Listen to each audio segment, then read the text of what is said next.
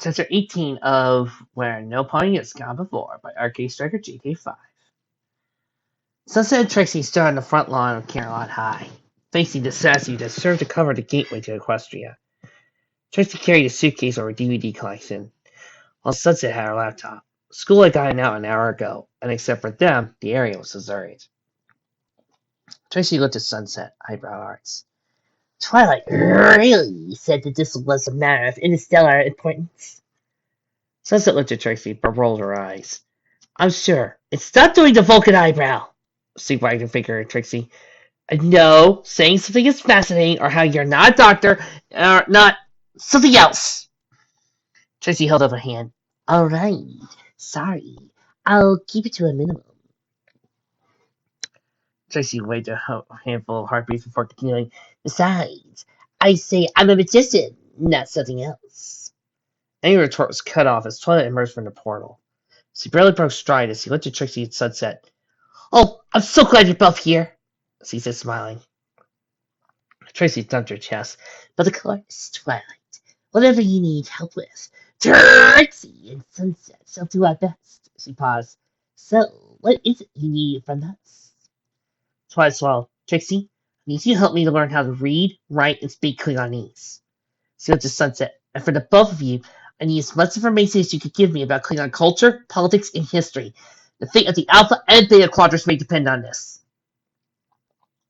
Trixie slowly blinked. She looked to Sunset, back to Twilight, to the Sunset again. May I arch my eyebrow now? Sunset nodded. Go right ahead, Trixie. I'll be arching my eyebrow right alongside you. She deliberately turned to Twilight, leaned in, and arched her eyebrow high. Could you please start over at the beginning? Twilight looked down at her suitcase. This actually makes sense. She looked up to Twilight. Why us? And why do you want this information? Twilight looked back at the statue and waved her hand at it. The crews of both ships have been going through the television episodes and movies you let them copy. Spike and I had lunch with Captains Kirk, King, and Mara this afternoon, and King was pretty darn pessimistic about his chances to effect any positive change to the Empire. She looked back to the two. I want to try and help him as much as I can. Form some sort of plan, but my knowledge of Klingons is limited at best. Sunset slowly nodded. And you want me, Trixie and I, to, teach you about Klingons? She scratched her head. Wouldn't it be better for you to ask King directly, or, I don't know, ask for some sort of information exchange with them? Twilight shook her head. I've asked King and his senior staff a lot of questions, and he answers as well as they could. But I don't know how long they'll remain. And once the Count Prize leaves orbit, I'm not sure I'll have a reliable means to communicate with King. Trixie nodded and rubbed her chin. That's very logical, Twilight. Meanwhile, Trixie and Sunset shall be here to aid and advise you whenever you need. She suddenly thumped her chest and bumped her fists out at her Klingon salute. So fast, for cool. Yeah, cool. So fucking. Twilight slowly returned the salute, right-eyed Trixie slightly. Thank you, I think. Trixie chuckled. That means, yes, Twilight. I'll help in any way I can. Sunset reached out and squeezed Twilight's right shoulder. So will I, Twilight. Twilight looked at her. She covered Sunset with her own hand, beaming. Thank you. She looked at Trixie. And thank you. She let out a breath. I should warn you both. This isn't going to be a short project. Spike's already told me he's going to make sure I don't stay up for a week straight and give Kang a half-pint plan that would cause more harm than anything. I can't plan for everything, but I have to make sure what I present to him is as cohesive and as thought out as possible. After a few weeks of reading several Micah's fics where Twilight is insulted and dragged through the mud, it's nice to read something with a little in-character. Trixie stepped back. She slid her feet out and stared at the figure of Twilight. And never fear, Twilight. No matter what, Trixie will help you steer the course and teach you the Klingon language and customs. You shall know the way of the warrior. This, Trixie, daughter of Jackpot, swears! Twilight and Sunset stared at Trixie. Silence descending upon the three. Sunset finally clapped her hands together. Okay. Twilight, do you have a timetable worked out? A schedule? Twilight rubbed her chin and started pacing back and forth. I want to get started as soon as possible, but I also don't want to interfere with either of your schoolwork. Sunset waved her off. I think this is important enough. We could both work around things, or cut back on other activities. She looked at Trixie, eyes narrowing slightly. Trixie planted her hands on her hips and leaned towards Sunset. Do you honestly think I'm not going to put my all into this? Sunset held her hands up in surrender. Okay, sorry. I sort of realized after your little decoration how seriously you're taking this. She looked at Twilight, pacing a little bit. So, when do you think you'll know more about what you need from us? Twilight stopped pacing, back to Sunset and Trixie. I think I'll need a list of episodes that focus on the Klingons themselves. No need to. Trixie stepped back to Twilight. She grabbed her by the shoulder, spun around to face her. Do not turn your back to me, and do not speak softly. Do I insult you? She tapped a finger at Twilight. Address me directly, Twilight Sparkle. Give me some respect. Twilight's jaw dropped. She shook her head. Whoa, I didn't mean to insult you, Trixie. I'm sorry. She turned her head and looked at Sunset, but Trixie's face filled her sight once more. Hey! Trixie grinned. That was your first lesson on Klingon culture, Twilight. You have to be direct with them. No hiding or being shy. They'll see you being weak and insulting them. She pointed two fingers at her eyes and turned them so they were pointing at Twilight's. Make eye contact. Stand up to them in order to gain their respect. Twilight locked eyes with Trixie, nodded curtly. I thank you for this. She half shouted, straightening herself up. I shall comport myself and not hide. Trixie grinned. Excellent, Twilight. Oh, one thing though. She held out her right hand, clenched in a fist. Don't backhand anyone. It's an invitation to a duel to the death. Just use a straight punch. She paused, eyes losing focus for a moment. Or a back hoof. Sunset walked up to the two. I think that's enough for now. She pointed out to the sun, already close to the horizon. It's getting a bit late, and I do have some homework to finish up. Twilight nodded in Sunset's direction. Oh, absolutely. There was more to find out if you were willing to help, and I'm very grateful to the both of you for agreeing to this. She shook Trixie's hand and gave Sunset a hug. Thank you so much. She poked her head and stepped back. Oh, before I forget, would you two be available to cross over to Equestria, say, day after tomorrow? There's something I gotta show you. It's a bit of a surprise. She looked at her eyes left and right, proud of Parker slightly. Trixie and Sunset exchanged a look. Trixie looked at Twilight. You do realize it would take the world ending for me to miss out going over there, right? Sunset snorted. What's he said? Her expression fell slightly. Still haven't seen my family in Equestria. She must still have happened the other times then. Forrest trailed off and looked down at the sidewalk, caught his belly into his fist. Trixie placed a hand on Sunset's shoulder. Sunset, Twilight and Trixie will make sure you go this time, Sunset. Twilight placed her hand on Sunset's shoulder. Cross my heart, hope to fly, stick a cupcake in my eye, she chanted. Trixie's eyebrow arched. That sounds like it got messy. So I guess, that's exactly what Commander Sulu said. Sunset barked a laugh. Oh my. Trixie turned to her. You know, Sulu never said that, right? It was just his actor, and it kind of got attached to the character. Sunset crossed her arms in front of her chest and rolled her eyes. Gee, I would have never figured that out. She deadpanned. Twilight giggled slightly at the two. You know, it is really good to see you two getting along like this. She looked back to the statue. I gotta go now. Got a lot of planning to do. So I think I'm starting to figure out the first step in it. She held him a hand, even as Trixie and Sunset opened their mouths. Next time, though, she hugged Sunset once more. Then Trixie, before turning walking out to the statue. She walked through the concrete pedestal, never slowing down as she passed through the portal back to Equestria.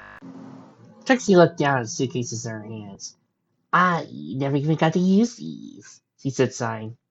Sunset chuckled, hefting her laptop. In the same boat, Trixie. She patted Trixie on her shoulder. So, homework, dead planning system to figure out the most useful episodes? I think we can have one ready by the time we go back to Equestria. Trixie stood up straight, shoulders square. She looked at Sunset. Are you daft, lassie? It'll take 4 weeks just to figure out what we need. Sunset nodded. So, we'll have it ready by then? Trixie grinned.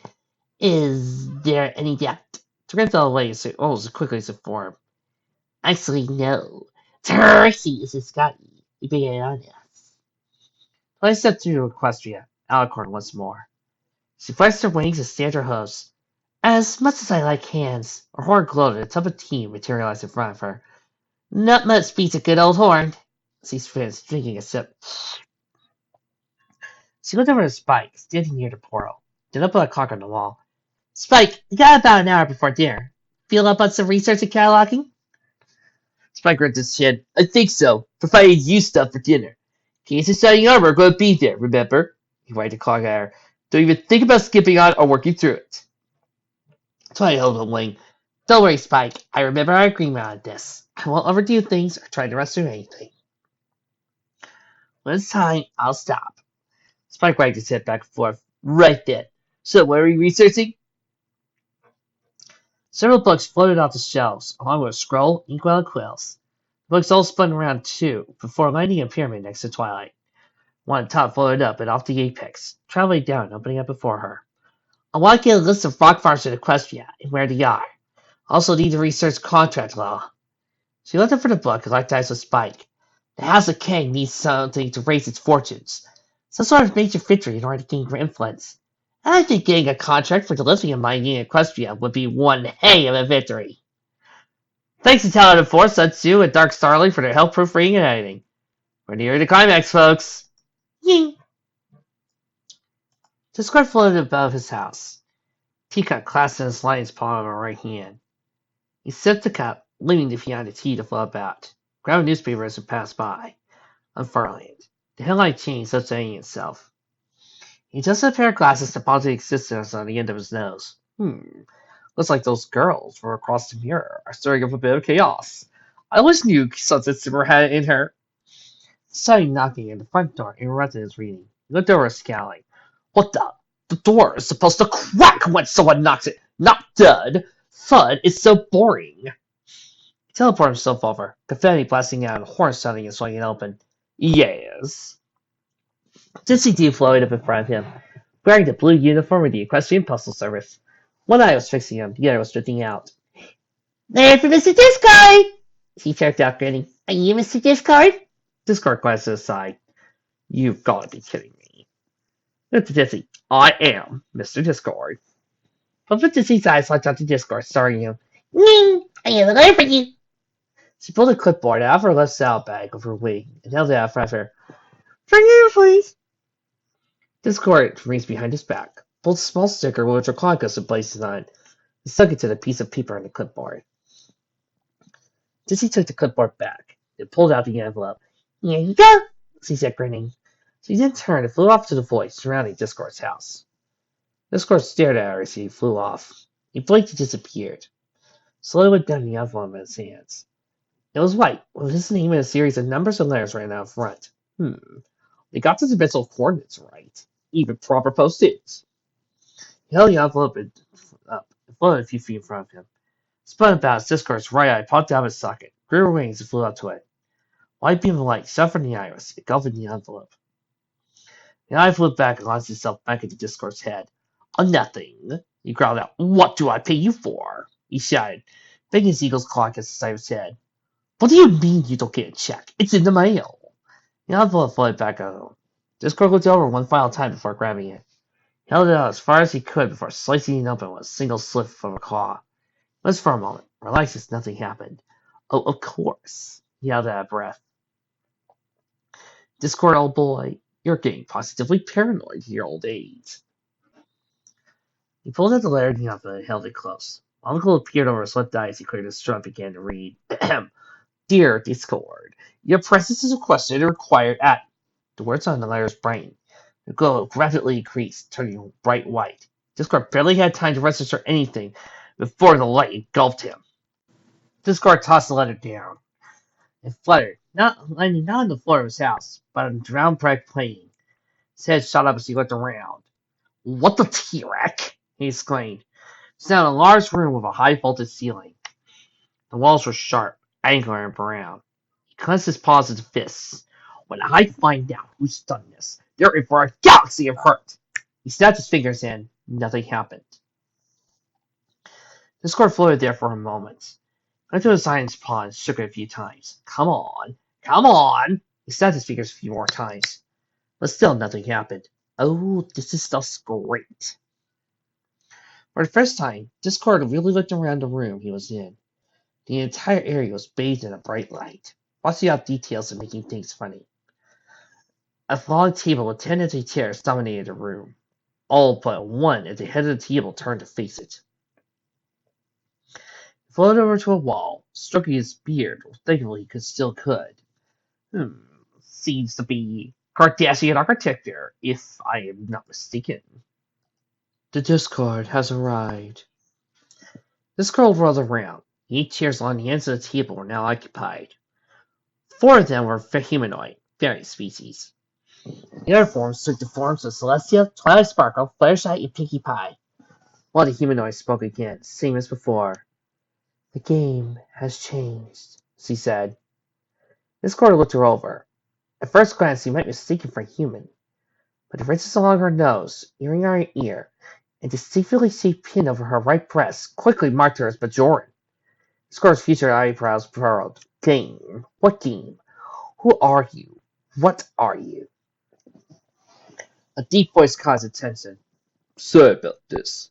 It's always a little confusing at first to be in the Celestial Temple, even for a being of chaos such as yourself. Discord slowly turned in a chair at the end of the table rotated, showing the occupant.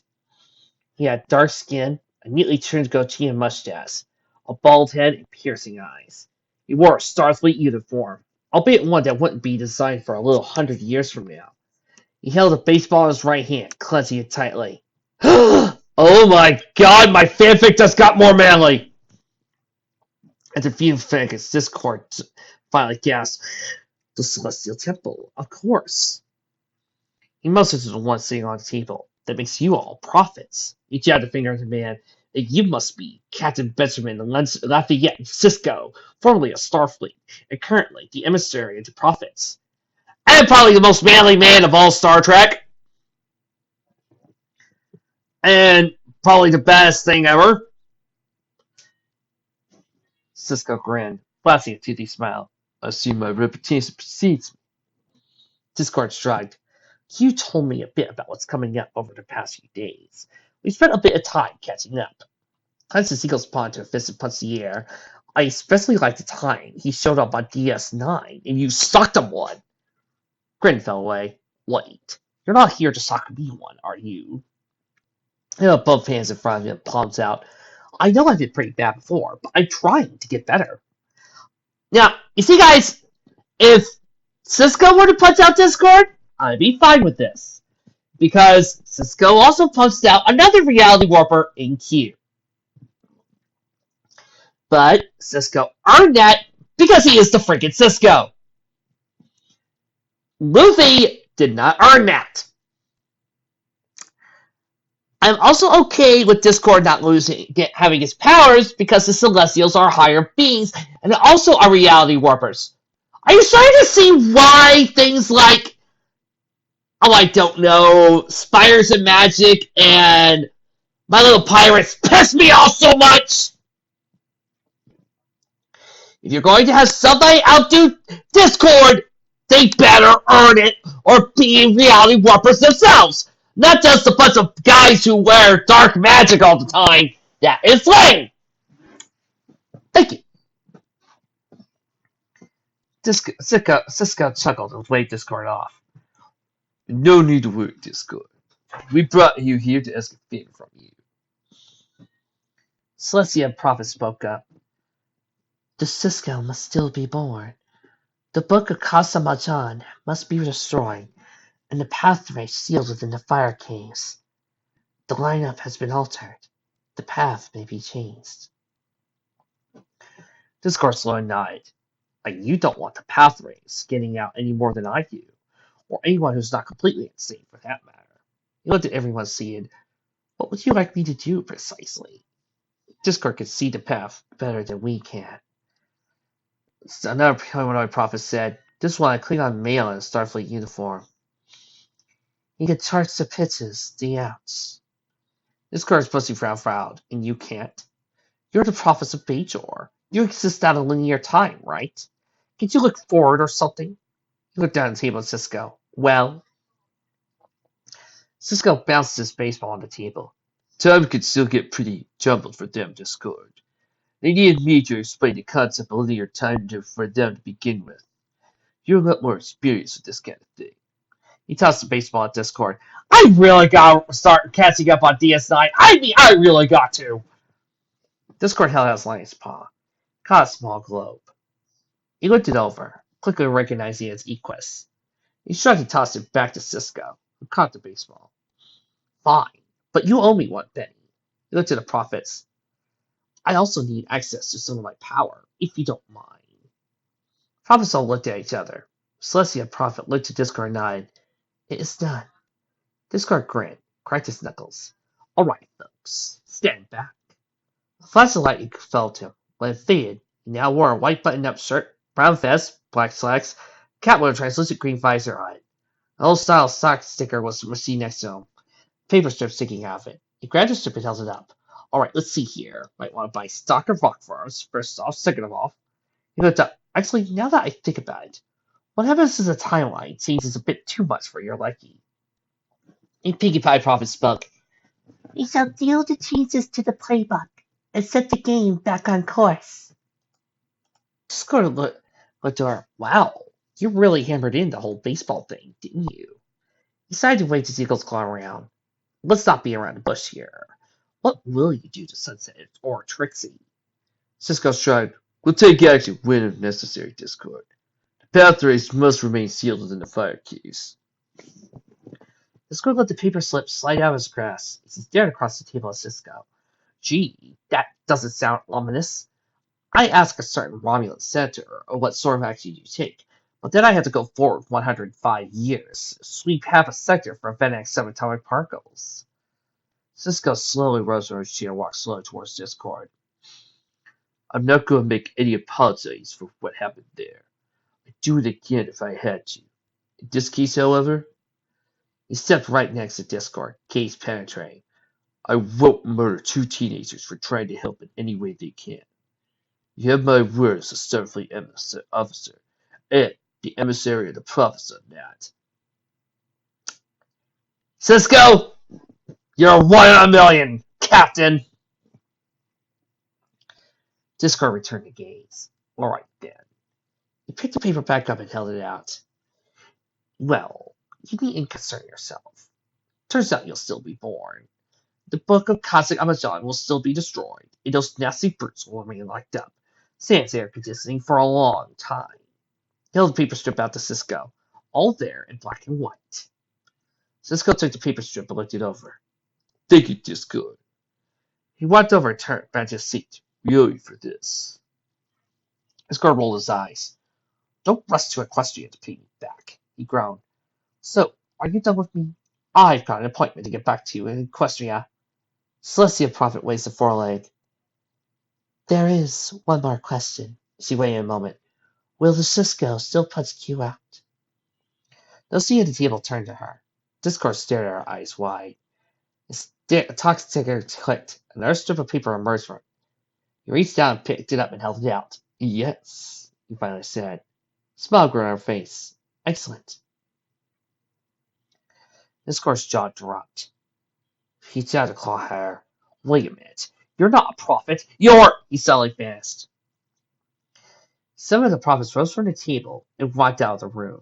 Cisco stared at the one still staying there. You know, he's going to give you Mary Hill when he gets back, he said, grinning. Celestia looked at him. Yes, but it was still worth it then. She leaned towards him.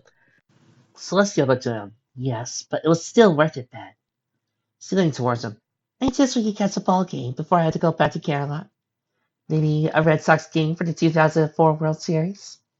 Cisco grinned. Game 4, October 27, 2004, at Bush Memorial Stadium. I not. He started to stand up, but stopped. No drinking contest after, though. Sun still has to rise over Equestria. Celestia groaned and rolled her eyes. All right. She hopped out of the chair. Spoil sport? She said, sticking her tongue out. Cisco shook his head. Just for that, I might have to pay you for your own beer pretzels. You understand. Want to invite Lenore Cadence? Celestia reached out a wing and gently patted Cisco on the shoulder. Only if Cassidy and Jake can make it too. Cisco barked a laugh.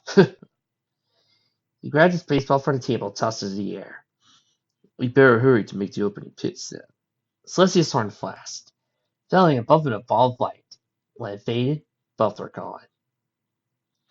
Like you said, I left Babylon 5, so I guess I'd probably love DS9. Kang strode into the bridge of pride, looking around, nodding satisfaction at his crew working effectively. He nodded at Kina, standing near the captain's chair, made his way to his first officer. Report, Kina! Kina straightened and saluted Kang. All ship's functions are normal. He held up a data pad, handed it over to Kang. There is a message here that just came from General Kachuk of High Command. Kang looked up from the data pad. How long ago? Kina glanced at his right. Communications officer at a now station. About 5 seconds before you entered the bridge, Captain. Recording, not real time. A small growl rumbled from Kang's throat. He leaned over his chair, flipped his slits, and spoke into a small grill mounted on the armrest. Mara, I need you in the conference room in 10 minutes. He looked up at Kina. Commander, I'll need you there as well. He glanced at navigation stations. Lieutenant Tarquis, you have the con. Tarquis shot to her feet. Yes, sir! She said, saluting. She walked over to the captain's chair, snapped her attention. Kang and Kina exchanged a look before turning and walking to the aft turbo lift, leaving Tarquis in charge while they went to listen to the message. Kang and Kina walked to the conference room too, finding Mara already there, sitting at the table that dominated the room. She rose as the two entered. Orders for the Empire? She asked. Kang looked to her. We shall fight momentarily, my wife. He walked around the table, over to a large, wall-mounted monitor. He flipped the switch on the control panel next to the monitor. Communications! Send message to this conference room. Voice authorization. Kang Alpha 42. The computer triple beat. Authorizing! Replaying! The image of a grizzled Ultra Klingon male appeared on the screen. Like Kang, Kina, and Mara, he'd been unaffected by the augment virus. It had a large, impressive-looking forehead crest. He leaned forward, eyes squinting. Captain Kang! We received your initial report and gone over it.